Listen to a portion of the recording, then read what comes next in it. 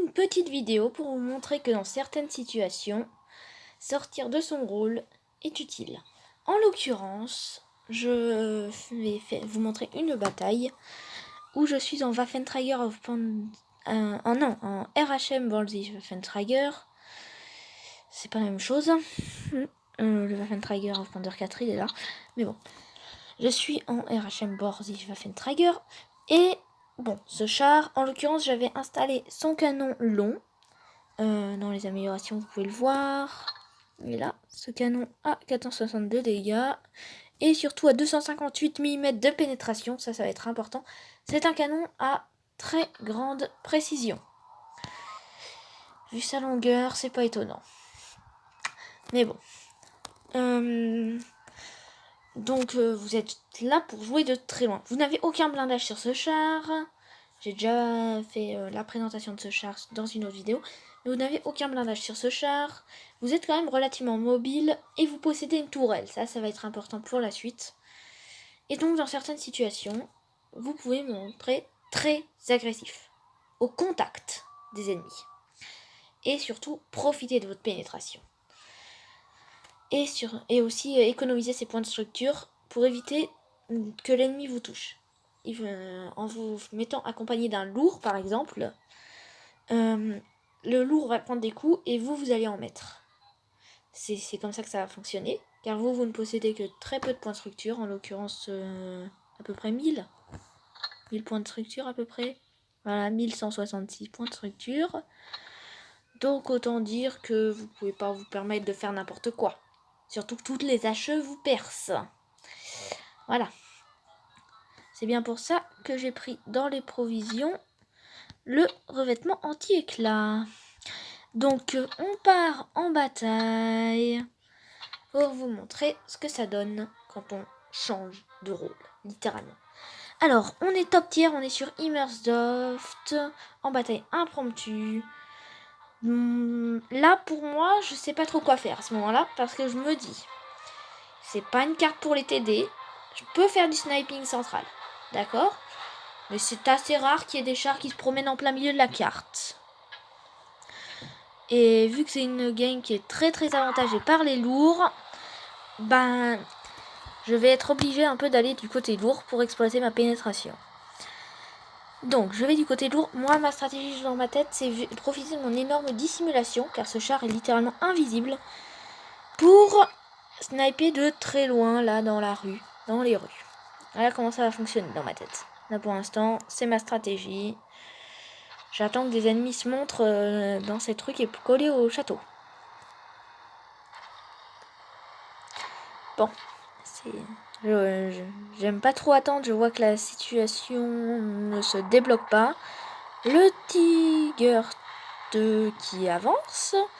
Donc pour moi c'est une opportunité. Il se fait spot et pas moi, vous le remarquez. Alors l'IS, je ne suis pas spot. Je prépare le coup sur l'IS et 454 de dégâts. Voilà, c'est certain, je suis spot. Le T29. Et là j'ai profité de mon énorme pénétration. Oh là là, le T29 qui va me tirer dessus. Non, tu n'auras pas cette opportunité, T29. Ah, je rate le tourello de pas grand chose. Hein. Bon, j'ai pas envie qu'il ait une faille pour me tirer dessus, ça. Donc, je me rentre. Ah, le T29 qui s'approche. J'attends d'avoir complètement rechargé pour lui mettre un coup. Ah, alors. Ce qui vient de se produire, c'est que j'ai bloqué un tir. Et ça se produit souvent en RHM. Me demandez pas pourquoi, les tirs finissent dans la chenille et vous avez bloqué des tirs. Mais bon. C'est assez étonnant, surtout quand toutes les achats vous percent. Mais bon. Alors. Côté T29. Un second tir qui passe 500 dégâts. Pile. Un point de structure. Le T29 a un point de structure. Là, je suis quand même bien dégoûtée. Je pense que toute l'équipe est dégoûtée. C'est vraiment qu'il a eu de la chance, hein, le T29. Il n'aura pas cette chance longtemps, puisqu'il va se faire sortir. Donc là, le Tiger 1 qui s'approche. Le T71 qui les a pris à revers, hein, côté allié. Donc là, c'est le moment de se montrer très agressif. J'ai pas d'autre solution, je peux pas me permettre de sniper. Je vais vraiment au contact. L'IS-3 qui va me servir un peu de bouclier. J'attends qu'ils se prennent les tirs. Je sors. Et je balance le tir. Donc, pour l'instant, c'est bon. Je vous montre. L'IS-3 Merci l'IS-3. C'est un joueur intelligent. Il prend les coups et les bloque. Ou alors assume les coups. Pour me permettre d'envoyer des coups juste après. C'est très intelligent de la part de l'IS-3. Bon. Alors, le T-32 qui s'est pris un tir. On en est déjà à 2335 de dégâts infligés. Je sors le T-32. Bon. Et puis là, je vais commettre quelques erreurs. Mais bon. Alors, déjà, je me mets tout proche de l'IS-3. Et puis là, ah non, il me fait bouger. C'est une petite erreur de ma part qui va me coûter très cher pour l'instant. Là, déjà, une bonne partie de mes points de structure. Là, j'ai vraiment envie de ma vengeance sur le T264. Allez, au revoir, j'ai eu ma vengeance.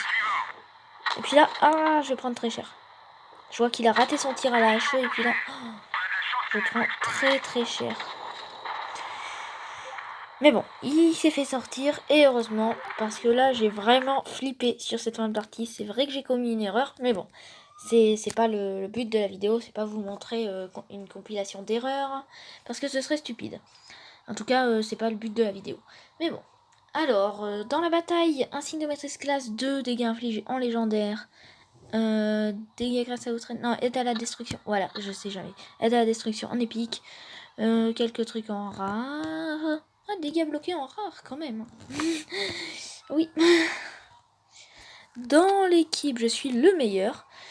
Oui, sur la carte Timbersoft, un RHM a mis le plus de dégâts dans l'équipe. C'est assez impressionnant. Moi, je trouve ça assez intéressant quand même, hein, comme partie. J'ai complètement sorti de mon rôle. Mais complètement. Je vous montre les récompenses de bataille. Voilà.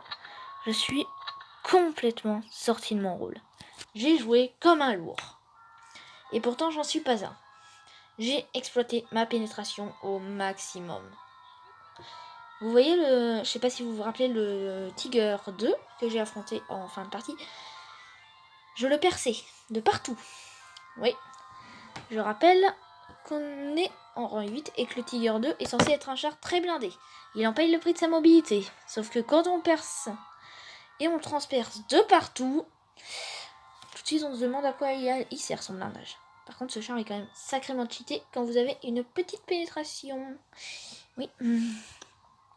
Et c'est pas grand chose non plus qui fait la différence. Dès que vous avez la pénétration suffisante, vous pouvez le percer. C'est comme ça. Mais bon. Au niveau des équipements, ce que je vous conseille sur ce char, obus calibré, parce que monter de 12 mm de pénétration juste à la P, c'est beaucoup. Et de 16 à la PCR, c'est aussi beaucoup. Surcharge pour aller beaucoup plus vite, les obus vont à la vitesse de la lumière, comme ça, allez, c'est très bien. Et réduire la dispersion pour pousser là où ce char est très fort. Bien évidemment, système de défense, mais bon, vous pouvez prendre ce que vous voulez. Hein. Moi, j'aime. C'est pas un char pour ramer, donc il n'y a aucun intérêt de prendre les éléments améliorés. Assemblage amélioré, là, vraiment, faut le prendre. Hein. C'est important parce que vous n'avez pas de blindage. Hein. Aucun intérêt de renforcer le blindage. Filet de camouflage, c'est pour pousser là où vous êtes déjà très fort et devenir quasiment invisible. 70% de dissimulation. À l'arrêt. Sans buisson.